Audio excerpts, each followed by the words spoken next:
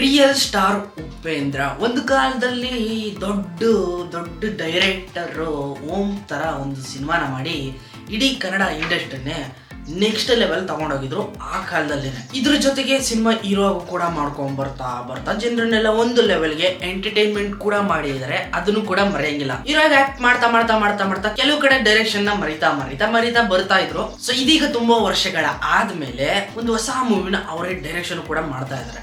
ಅವ್ರ ಸಿನಿಮಾ ಅವರೇ ಹೀರೋ, ಎಲ್ಲ ಅವ್ರದೇನೆ. ಈ ಸಿನಿಮಾಗೆ UI ಅಂತ ಹೆಸರಿಟ್ಟಿರೋದು ತುಂಬಾನೇ ವಿಚಿತ್ರವಾಗಿ ಕಾಣಿಸ್ತಾ ಇದೆ. 3 ನಾಮ ಹಾಕಿರೋದು ಇಲ್ಲಿ ಎದ್ದು ಕಾಣಿಸ್ತಾ ಇದೆ. ಮೊದಲೊಂದ್ಸರಿ ಟೀಸರ್ ಬಿಡ್ತೀನಿ ಅನ್ಬಿಟ್ಟು ಬ್ಲಾಕ್ ಸ್ಕ್ರೀನ್ ನ ನೋಡ್ಬಿಟ್ಟು ಕತ್ಲು ತರ ಮಾಡ್ಬಿಟ್ಟು ಜನಗಳಿಗೆಲ್ಲ ಮಂಕ್ ಇಡಿಸ್ಬಿಟ್ಟಿದ್ರು. ಇದೀಗ ಅಫಿಷಿಯಲ್ ಆಗಿ ಇನ್ನೊಂದು ಟೀಸರ್ ಕೂಡ ಬಿಟ್ಟಿದ್ದಾರೆ. ಟೀಸರ್ ಅಲ್ಲಿ ಇರುವಂತ ಡೀಟೇಲ್ಸ್ ನ ಬ್ರೇಕ್ ಡೌನ್ ಮಾಡೋಣ, ಜೊತೆಗೆ ರಿವ್ಯೂ ಕೂಡ ಮಾಡೋಣ. ಅದಕ್ಕಿಂತ ಮುಂಚೆ ನೀವು ನಮ್ಮ ಚಾನಲ್ಗೆ ಸಬ್ಸ್ಕ್ರೈಬ್ ಮಾಡ್ಕೊಂಡಿಲ್ಲ ಅಂದ್ರೆ ಬೇಗನೆ ಸಬ್ಸ್ಕ್ರೈಬ್ ಮಾಡ್ಕೊಳ್ಳಿ. ಇದೇ ರೀತಿ ಇಂಟ್ರೆಸ್ಟಿಂಗ್ ಆಗಿ ವಿಡಿಯೋಸ್ ನಮ್ಮ ಚಾನಲ್ ಯಾವಾಗ್ಲೂ ಬರ್ತಾ ಇರುತ್ತೆ. ಶುರು ಮಾಡೋಣ. ಮೊದಲನೇದಾಗಿ ಈ ಸಿನಿಮಾ ಕಲಿಯುಗನ ಮೀರಿ ಇನ್ನೊಂದು ಪ್ರಪಂಚ ಒಂದು ಸೃಷ್ಟಿಯಾಗಿರುತ್ತದೆ. ಮನುಷ್ಯನೇ ಕಿತ್ಕೊಂಡ್ ತಿನ್ನುವಂತ ಒಂದು ಪರಿಸ್ಥಿತಿ ಬಂದಿರುವಂತ ಆ ಕಾಲ. ಅದನ್ನ ಉಪೇಂದ್ರ ಅವರು UI ಸಿನಿಮಾ ಅಂತ ಮಾಡ್ತಾ ಇದಾರೆ. ಅಂದ್ರೆ ಈಗ ನಾವು ಇರೋದು 2024ರಲ್ಲಿ. ಹತ್ತತ್ರ 3000ಕ್ಕೆ ಹೋದಾಗ, ಅಂದ್ರೆ 1000 ವರ್ಷ ಮುಂದೆ ಹೋದಾಗ ಆಗಿನ ಪ್ರಪಂಚ ಹೆಂಗಿರ್ತದೆ, ಜನಗಳು ಯಾವ ರೀತಿ ಇರ್ತಾರೆ ಅಂತ ತೋರಿಸೋದಕ್ಕೆ UI ಸಿನಿಮಾನ ಉಪೇಂದ್ರ ಅವರು ಈ ಒಂದು ಹೊಸ ಪ್ರಯತ್ನ ಮಾಡ್ತಾ ಇದಾರೆ. ಇನ್ನು ತೆಲುಗು ಇಂಡಸ್ಟ್ರಿಯಲ್ಲಿ ಪ್ರಭಾಸ್ ಅವರು ಕಲ್ಕಿ ಅಂತ ಒಂದು ಸಿನಿಮಾ ಮಾಡ್ತಾ ಇದ್ರೆ, ಆ ಸಿನಿಮಾನು ಕೂಡ ಇದೇ ಬೇಸ್ಟ್ ಆಗಿ ಬರ್ತಾ ಇರೋದು.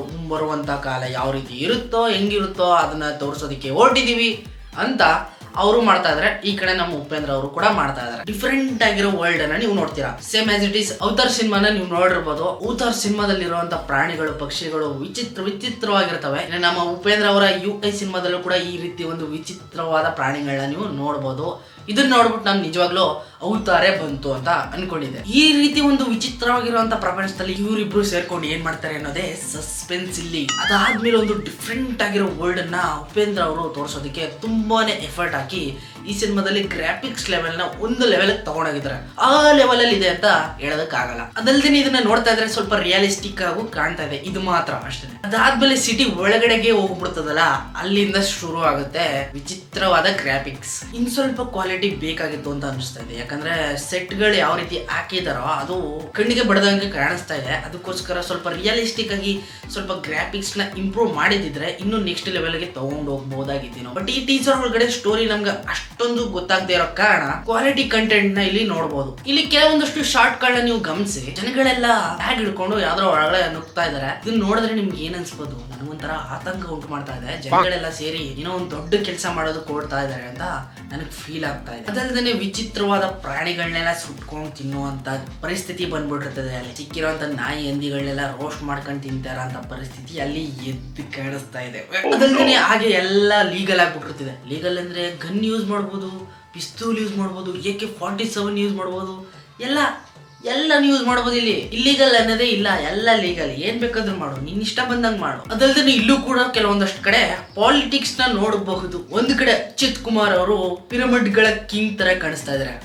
ನೋಡ್ತಾ ಇರಿ, ಇವಳನ್ನು ನೋಡ್ತಿದ್ದಂಗೆ ನಂಗೆ ರೆಡ್ ಟ್ಯೂಬ್ ನೆನಪಾಗುತ್ತೆ. ಆದ್ಮೇಲೆ ಕಾಮ, ಕ್ರೋಧ, ಮೋಹ, ಮದ, ಮಾತ್ಸರ್ಯಗಳೆಲ್ಲ ತುಂಬಿರುವಂತ ಇನ್ನೊಂದು ಜಾಗನೂ ಕೂಡ ತೋರಿಸ್ತಾರೆ.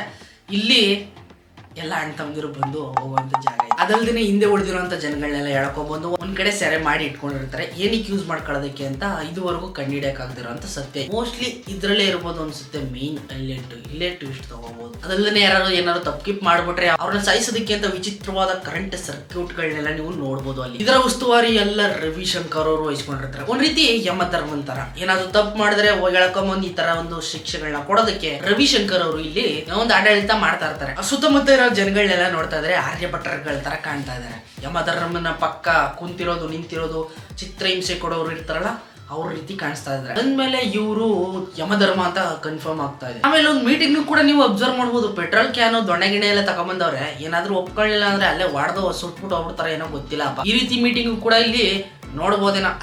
ಇಷ್ಟೆಲ್ಲ ಬಿಲ್ಡಪ್ ಇಲ್ಲ. ಇದು ಜೋಕರ್ಗಳ ಸಂತೆ. ಅಂದ್ರೆ ಇಲ್ಲಿ ಕಿಂಗ್ ಆಗಿ ಸಾಧು ಕೋಕಿಲೆ ಅವರು ಉಸ್ತುವಾರಿನ ತಗೊಂಡಿರ್ತಾರೆ. ಅಂದ್ಮೇಲೆ ಇಲ್ಲಿ ಕನ್ಫರ್ಮ್ ಆಗುತ್ತೆ ಬರೀ ಸೈನ್ಸ್ ಆಕ್ಷನ್ ಅಲ್ದೇನೆ ಸ್ವಲ್ಪ ಕಾಮಿಡಿನೂ ಕೂಡ ನೋಡ್ಬೋದು ಅಂತ.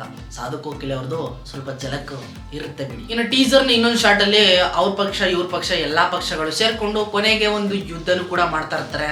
ಅವರಿಂದ ಇವ್ರಿಗೆ, ಇವರಿಂದ ಅವ್ರಿಗೆ ಬರೀ ತಂಟೆ ತಕರಾರುಗಳೇ. ಈ ತರ ಎಲ್ಲ ನಡೆಯುವಂತ ಜಾಗದಲ್ಲಿ ಒಬ್ಬ ಕಲ್ಕಿ ಅವತಾರದಲ್ಲಿ ಎಂಟ್ರಿ ಕೊಡ್ತಾನೆ.